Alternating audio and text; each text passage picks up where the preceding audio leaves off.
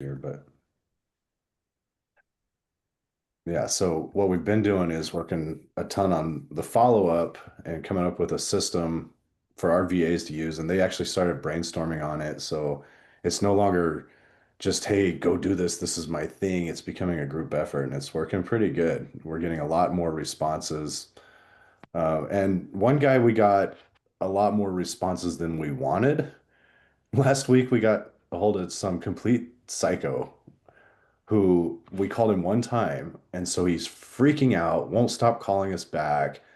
Uh, we hang up on him. I finally told him I don't have to put up with this shit, and I hung up on him, and then he went ballistic. He's like calling and calling and calling, and then no caller ID comes up, and this guy was just like for days going nuts. He's clearly completely off his meds or something, but yeah. So besides that, we got I kind of got in with some guides and whatnot and brainstorming with my team's calling it Chad GPT. And it's pretty amazing what it's learned about us. So we came up with a strategy matrix to do a lead scoring system.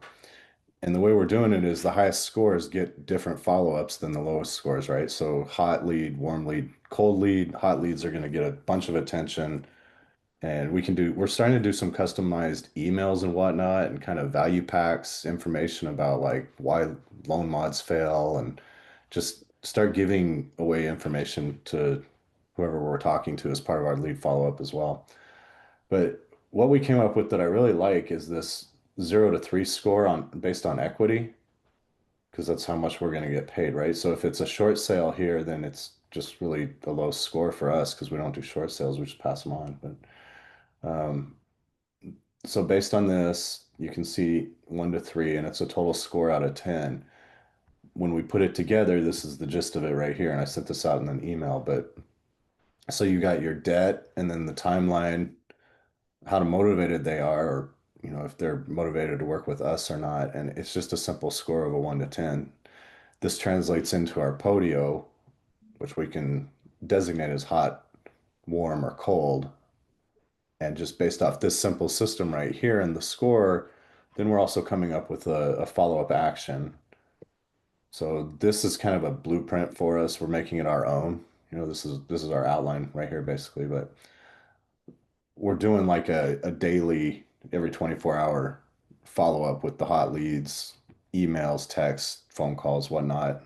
And then we're doing different rotations. We're also keeping all of our cold leads in on like a 4-day rotation all the way till the auction date. So I thought this was a great template to get everybody started, and it seems to be working that way. So my VA is doing the cold call, and then our personal assistant got together and brainstormed without us last week, and they're excited this week to show us what they've got put together that they think they can improve it even more.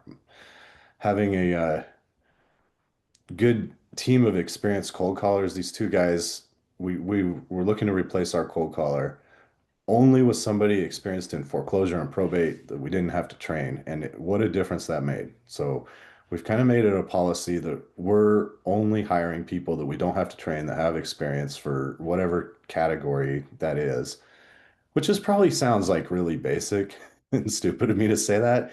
However, we've screwed it up a few times now to where we're like, yeah, just hire the correct talent and then you don't have to train them, right? It's a lot easier that way. So that's what we got going there. If you guys want to take this, help me improve it, do whatever with it, I can send out the template of this that we put together too if you guys want it. And I kind of hit it on the email. Yes, please. All right. Yes, please. Yeah. And then Kyle, I know I like your input on this because you've written a book on business processes. So I'm always curious to see what you have to say about that. And then, Frank as well, because he's great with programming and automation, and we're trying to introduce bots, autoresponders, that kind of stuff for our follow-up.